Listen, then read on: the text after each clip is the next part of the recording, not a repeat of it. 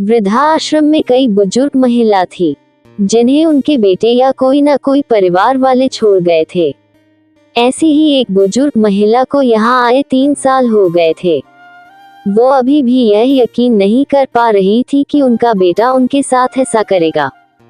अपना काम करती थी, कभी रोती तो कभी उदास बैठी अपने बेटे और पोते को याद करती। वहाँ उनकी जैसी बहुत महिलाएं थी, लेकिन उन सभी ने अब यह मान लिया था कि उनका यही घर है। कहते हैं कि बचपन और बुढ़ापे में कुछ समानता होती है। कभी कभी बुजुर्ग भी बच्चों की तरह जिद पर अड़ जाते हैं। ऐसे ही उन्होंने एक जिद पकड़ ली कि उनके बेटे को बुलाए। इस बार वो दीपावली अपने बेटे और पोते के साथ मनाना चाहती हैं। कम से कम उन्हें देखना ही चाहती हैं। दिवाली के 4 दिन पहले ही उन्होंने खाना छोड़ दिया, खुद को बीमार कर लिया। उनका मानना था कि अगर वो ऐसा करेगी तो उनका बेटा जरूर आएगा उन्हें देखने।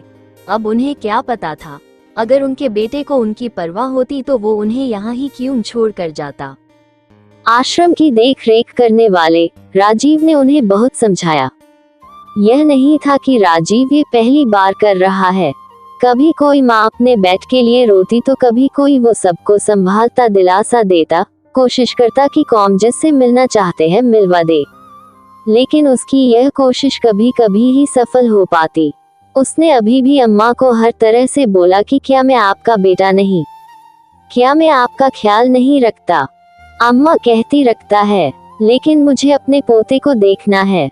फिर अम्मा ने उनके यहाँ आने की बात बताई। जब मैं यहाँ आई तब एक दिवाली पर उसने मुझसे पैसे मांगे थे। छोटा था, जिद करने लगा था। उसके माँ बाप घर नहीं थे, तो मैंने उसकी माँ के कबाड़ से पैसे निकाल कर उसके लिए दिवाली की खिलौने वाली बंदूक उसे दिला दी। बस यही गलती मुझसे हो गई। घर आकर जब बहू ने देखा तो उसने चोरी का इल्जाम लगा दिया मुझ पर लगाया वो तो ठीक, मेरे पोते को मारा, मेरे सामने उसकी बंदूक तोड़ दी। बस मेरा बेटा उसके कुछ दिन बाद मुझे यहाँ छोड़ गया। अब मैंने यहाँ काम करके कुछ पैसे जमा किए हैं। मुझे मेरे पोते को इससे कुछ लेकर देना है, वो बड़ा खुश होगा। मेरा बेटा इतना बुरा नहीं है। कहना माँ बीमार है, पोते को देखना चाहती है, वो जरूर आएगा। राजीव ने माँ की जिद के बाद उनके बेटे को यहाँ बुलाना चाहा, लेकिन पता चला कि वो ये शहर छोड़कर चले गए। उनका कोई नंबर नहीं था, जो नंबर दिया था वो भी नहीं लग रहा था। राजीव अब ये बात जाकर कैसे उस अम्मा को बताए, यह उसे समझ नहीं आ रहा था। अम्मा जिद पर अड़ी थी, कहती थी कि अब अगर वो नहीं आया तो मुझे नहीं जीना। वैसे भी क्या है मेरे इस जीवन में ऐसा। राजीव ने आकर अम्मा से कहा कि अम्मा तुम्हारा पोता दिवाली वाले दिन यानी कल आएगा, अब तुम खाना खा लो। अम्मा ने कहा नहीं, वो आएगा तभी खाना खाऊंगी, मुझे वो खिलाएगा। दीपावली की रात भी आ गई। अम्मा इंतजार कर रही थी। तभी राजीव एक 7 साल के बच्चे को लेकर उनके सामने आया। अम्मा से कहा, अम्मा देखो तुम्हारा पोता आया है। अम्मा ने खुशी से अपना चश्मा लगाकर उसकी ओर देखा। देखकर बोली, ये तुम किसे ले आए हो, यह मेरा पोता नहीं है। माना कि मैंने उसे 3 साल से नहीं देखा, फिर भी तुमने ऐसा कैसे सोच लिया कि तुम किसी को भी ले आओगे और मैं उसे अपना पोता मान लूंगी। मैं उसकी दादी हूँ, उसे अच्छे से पहचानती हूँ, यह मेरा पोता नहीं है। राजीव ने कहा, अम्मा तुमने ठीक कहा, ये तुम्हारा पोता नहीं है, पता है ये कौन है। राजीव ने उससे पूछा, बेटा तुम्हारा नाम क्या है।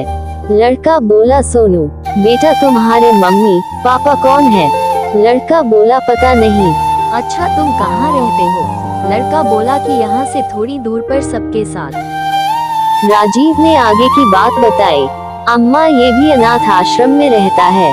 तुम तो बहुत किस्म वाली हो अम्मा कि तुमने अपने माँ बाप, पति, बेटे, पोते सबको देखा है। इसे तो कोई छोड़ गया बस ऐसे ही। देखो फिर भी जिंदगी जीना चाहता है, कभी जिद नहीं करता, और इसके जैसे कई हैं जो वहाँ है।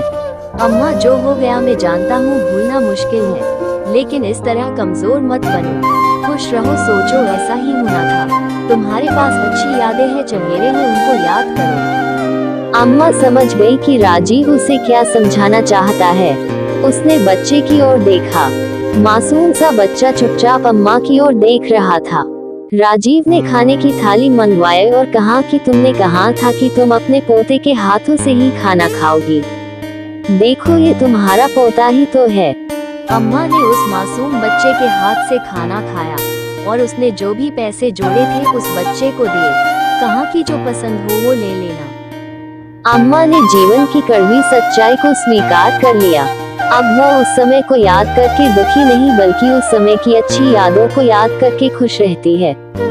राजीव के एक सहयोगी ने उससे कहा कि तुम बड़ा अच्छा काम कर रहे हो।